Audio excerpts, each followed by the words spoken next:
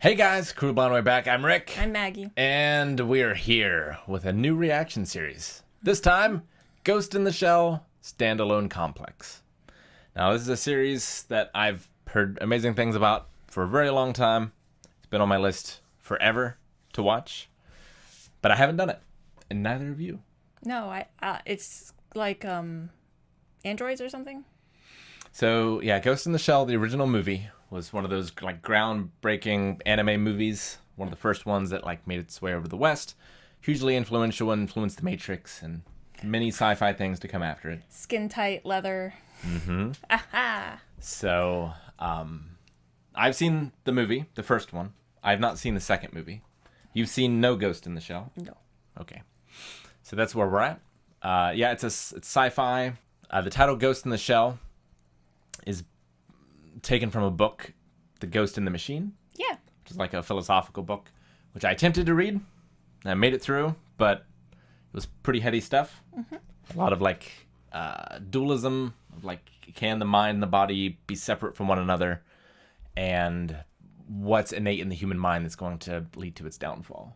Mm-hmm. Was kind of the general ideas. So I'm not sure if the show is going to follow that stuff, if it's going to follow the movie. From what I understand, it's in like a separate universe from the movie, so you don't have to have seen the movie in order to see it.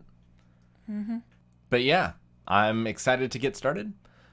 This is what we're going to watch, and since it's the first episode, you can watch along with us in full length. You'll need your own footage, but if you have it, you can sync it up with our entire reaction.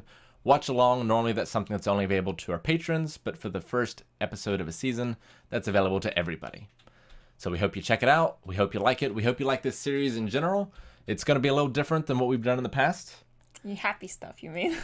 Well, I wouldn't call Fruits Basket happy. It's mostly happy. All the time. But very like heady, philosophical, from what I understand. A lot more of that kind of stuff. So hopefully we can get into some really juicy and interesting discussions after the reaction. And the movie at least, was punctuated by intense graphic violence. Eee. So we'll see if the show's like that as well. But I can't wait. It's been years in the making for me. Let's get started.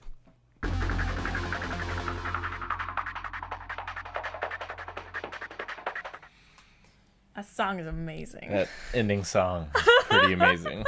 She's just so mad. So I've heard people use that term though, like using that as talking about something like pause or something like that, where it's like, oh, that's so math or something like that. They're referencing this. I don't know. I'm not familiar with the meme if it is a meme, but I could certainly see why it would become a meme. Yeah. Like put your glasses on. Oh, that's amazing. That was a lot amazing. I really liked it. Yeah, it's pretty cool. Is this... Go ahead. No, it's gorgeous. I really love the art style and the animation. I mean, it's not on the same level as the movie, but it's still very good. Gave me a lot of like Cowboy Bebop vibes, and its action especially. Like the hits really felt like they connected. Yeah.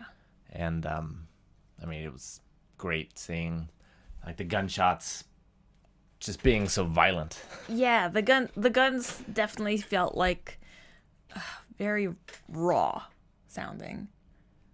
They weren't, slick or anything. There wasn't anything like slick or smooth or like futuristic or, lasers about them. It was very like everything else is high tech, but guns are still a chemical explosion in the tube. Yeah, and just the destruction that they like laid in their wake. Oh, Just yeah. so crazy and so well done. Mm-hmm. So I'm not sure if I got all the names. I'm gonna have to look them up later. And Maki is the lead guy. Kabuta was the military brown suit guy. Majors, obviously. I think do you think she'll ever get a name, or should we just be the Major? I mean, she has a name in the movie. The Major. I don't want to get it wrong. I want to say Kisaragi, but I should look it up. Bato, I think, was blonde ponytail guy. Like with batteries sticking out of his eyes. Yeah, Bato's the guy with the glasses. Yeah. Togoza was brown mullet. Saito was the sniper guy. I think Ishikawa was the driver, dark hair, beard guy. Hanzo was, I think the guy with him, and I think there was also a guy named Boma. Quite a few. There's a lot we're going to have to keep track of. It's going to be Yeah. like Haikyuu all over again. It's going to be like most of the shows. By the way, I realize that defection doesn't always have to be in times of war, but is there like a conflict going on somewhere in the world? I mean, you kind of know what I know at this point. Okay. As far as that goes. Like, the movie, it's about, like, a terrorist. It's about, like, mainly one individual who's doing stuff. So very, Death Note-y, sort of one person trying to make changes and such. Kind of. Yeah, so Kusanagi is, Kusanagi. major. Yeah, Motoko Kusanagi. Let me see the spelling. I can't. Your thumb. It's a really pretty, like. I mean, obviously, there's not too much variety in the color scheme for most fics. It's very, futuristic, but it is neat. I like the way that the things that people and things that look normal almost stand out just because they look normal. What's interesting, like, there's a lot of different characters, but they all look very unique, and it's fun that they can have ranges between cybernetic and human. Yeah. So, like, Bato, like, his face is, has a lot of cybernetic stuff going on. So, like, that's a defining feature of him. But the one guy, just all human. And, like, just because he is that, he stands out from the rest of them so much. And I'll be curious to see, like, does he dip into cybernetics at all ever? Or, like... Yeah, it's like, is this an arms race of, like, he needs to keep up with the rest of the team at any given point? Why hasn't he to this point? Why have the rest of them? What... Like, society seems to not have any problems with it. Like, everyone who was damaged in this, they had some sort of cybernetics going on, it seems like. So it seems pretty standard. Yeah, at least for high-ranking officials and their attachés and such. But if people that are... Like, I don't know how expensive any of that gear is considered that, like, the hacker was using or anything like that. But he was just able to let that stuff go. And... Well, that's pricey. Like, the brain case is probably pretty pricey. I mean, it's basically just keeping somebody alive, right? Well, also... like as a stand-in for transferring as well. Yeah. I think. So it's like I put my brain into case, and then I take your brain and put it into my body, and then I take brain from case and put it into body. Yeah. Kind of thing. It's just also still very we couldn't read the entire front scroll from the beginning. Can we go back to that? I'm glad she looks so much better drawn. Yeah, I was really worried because I had seen like screenshots and stuff, and it was all 2D animation. But I saw the intro, and I was like, "Hang on now, is this gonna be like an initial D where there's like a mix between CG and hand drawn stuff?" But it looks like it's all hand drawn once we get past the Tekken CGI.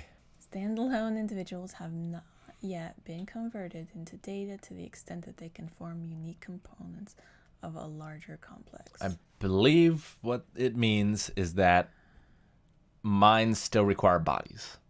As in, like, you can't yet put a mind or several minds just in a Matrix style thing, where it's just like in the computer. Mm-hmm. But like a mind has to have a body to function, even if it's not a wholly biological body. I think that's what it's trying to say.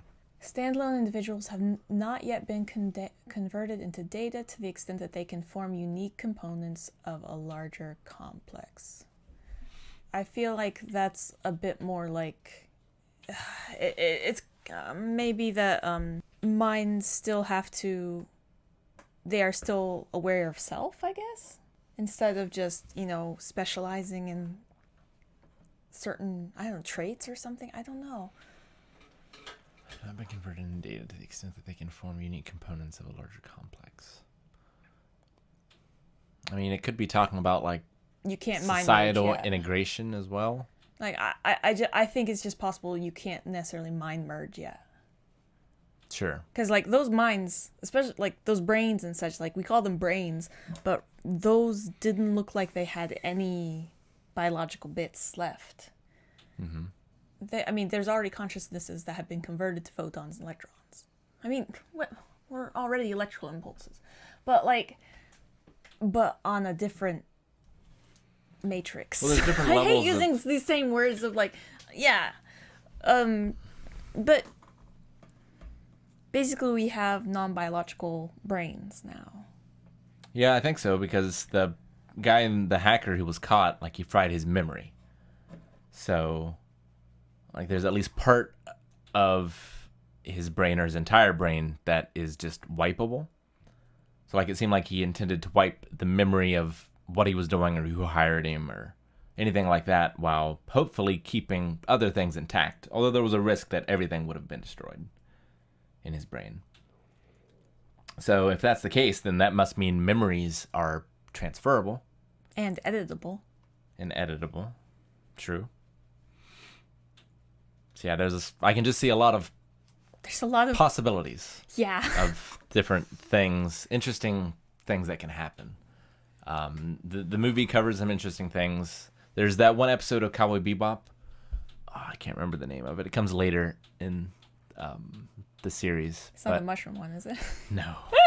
No, it's the one of, like, uploading consciousness to, like, a machine sort of thing. And it's something that I always like to see animes take on. And just the idea in general. And, like, well, what is it that makes a human a human? Like, you know, the ending song is really funny and all, but it does ask good questions. Yeah. Of, like, you know, is she still a woman? Like, what makes a woman a woman? What makes a human a human? How much... It's the whole Theseus ship thing, right? Where how much replacing of the original can you do until it's no longer it in and of itself? I mean, I think that's the difference of what... If the ship of Theseus could tell us what it is at any given time, then it doesn't matter what we tell it is, if it can tell us what it is. You know? But if the ship cannot tell us what it is, well, it doesn't quite translate, I think, because we've actually got, like, these consciousnesses that are sentient. Yeah, that can make those decisions and can feel and have self-awareness. True, but awareness also has terrible flaws as well. Like, depending on how you're feeling, when you're looking at yourself, you can see a very different person or a very different body shape. Well, and that's something that I'd like to see. I haven't really seen that explored. There's probably, like, some sort of a great sci-fi book that goes into that. At least on a biological person, it's like you can go through all that stuff. But if you are purely a cybernetic kind of creature and such, can you still have that messed up perception of yourself? How can that translate to being, like, would it be extra dangerous if you were cybernetic and had that twisted idea of yourself? Yeah, I don't know. Maybe we'll get to... It feels like that would be, like, a much more serious, like, that a condition that maybe needs to be taken more seriously. Maybe. In a cybernetic idea. I need a much better lexicon of words to use to talk about this show. No, I think you're doing fine. So I'm curious about the minister. Like, when he gets drunk, he transfers into the geisha. But, like, what does he do at that point? Like... Maybe it's like that one scene in Cyberpunk where you car meld or something, where it's like you're getting it's like you're not switching places, but you're kind of sharing sensory inputs. Yeah. But yeah, if you can basically, like, data, it's like shut off certain physical inputs or whatever, and then pipe in somebody else's, it's like... Yeah, like, what must... I wonder how many people stay in bodies that are similar to theirs, because, like, you know... Why would the minister choose to look like that minister? Yeah, why would the minister choose to look the way he does? Look like a jowly minister. When you could just look like Arnold Schwarzenegger. You know? That's why I think that maybe there is, like, some sort of a... I don't know if medical is the right word, but, like, a psychological like health factor that you have to go into. It's like if you had a much clearer understanding of yourself, maybe you could go and be crazier looking things because you're always very sure of self. But people that aren't as sure of themselves and need like that feedback are a little bit more limited to basically looking at like how they look as a human or something like that. I don't know. I mean, it would probably be incredibly destructive, but it would be interesting to see a psychological experiment where like you took a human and like you gave them mirrors or whatever, but the mirrors showed them something different than what they actually looked like, if that makes sense. I mean, you could really only do it with your face, I guess. I mean, yeah, but like they have done like kind of small. You can do very simplified versions of that, basically, where I know they've done it before, where they basically had two people look at each other for a while, and then or like draw pictures of each other or something, and then they show each other's the picture like without having talked to each other at all. Like you don't get to know this person, and then you just describe to the other person your perception of them, so that like it's like looking in the mirror, but you're through another person's eyes is sometimes a lot clearer. Sure. Because like when we look at ourselves in the mirror, we don't see the movement, we don't see the way our own eyes light up or the way we smile or anything like that. We just see that static image. It's like we see all the imperfections, all the little like dots and everything messed up and everything. We see that fly hair and all that stuff, but we don't necessarily see like the way we move, or we don't hear the way we talk or anything like that. Like I see you, it's like you are the entire package. But when I look in the mirror, I just see like very focused. Yeah, like my I'm not looking at my personality, I'm looking at my physical appearance, but when I look at you, I see all of you. A micro view versus a macro view. Yeah, exactly. That's why pets are lovely. And just as I really like that they can all talk to each other, through their own brains. I love the cone of silence. that thing, that was adorable. Well, that's great, so you can do that with other people, but Section-9 itself seems to have some sort of integrated thing where they can all do it wirelessly with each other. And I like the audio effect of that, because sometimes in anime, when that kind of thing happens, it's hard to know, okay. Who's talking off screen? Well, yeah, like, especially if they're wearing a mask. Like, are they thinking or are they saying something? And in this, there's like that sort of modulation where it's clear that they're talking through this cybernetic connection that they all have. And also, it just saves on mouth flap animation, too. Mouth flap animation. Which I think is really smart. Yeah. So. Spend on more bullet impacts. A little bit. That ankle exploding. Like, they made that look so painful, even though it just looked like a bat going through a computer. It's beautiful. It's great. What do you think of Kisaragi's character design? Her? I mean, as far as like... I mean, she's definitely sexualized. Yeah. I don't know why, but I find the red eyes kind of distracting. Yeah? Ugh, we're not even talking about that intro version. No, I'm trying to find just like a version of her. Well, she was the very first thing I looked at because you came upon her.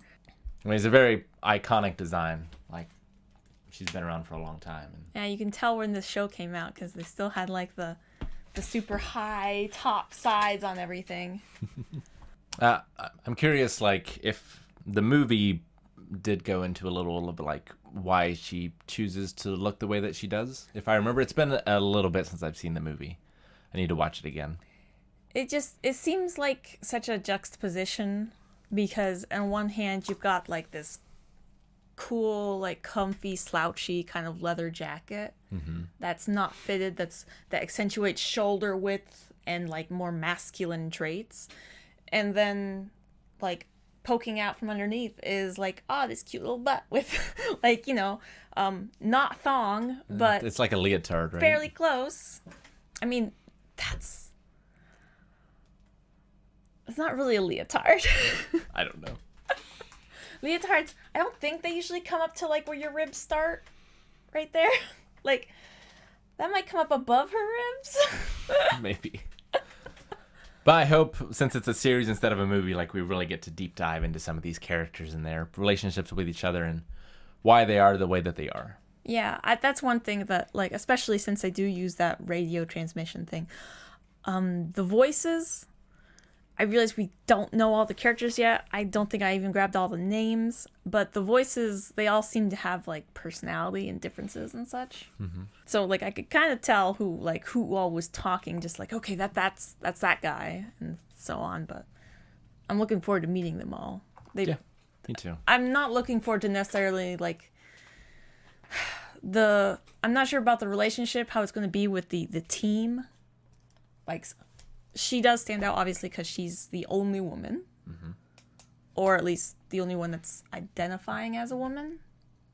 Also, Who knows if someone's technically was born a woman and, sure, switch bodies or something. And, I mean, she's the commander of the group as well. So she stands out in that respect, too. And her clothes are more colorful, I think, than the rest of them. Yeah, but, like,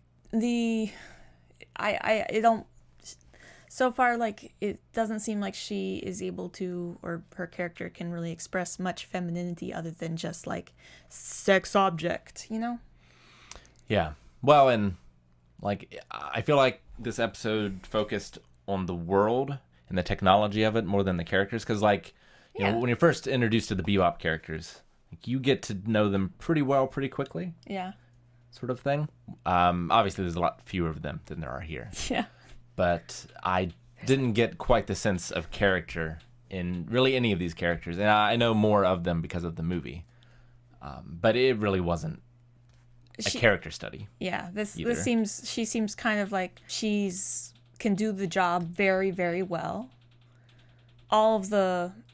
Nobody questions, I don't think anybody would question her commands or anything like that, but I also feel like that whatever the society is like, being a woman in this sort of, like, command level and such probably still isn't, like, super accepted just because of how freaking, like, deadpan serious she is or has to be all the time in order to be respected, Sure. Like, she's very, like, that's her expression. Serious, I could be pointing a gun at your head at any given time, All right. Anything else for episode 1 of Ghost in the Shell Standalone Complex?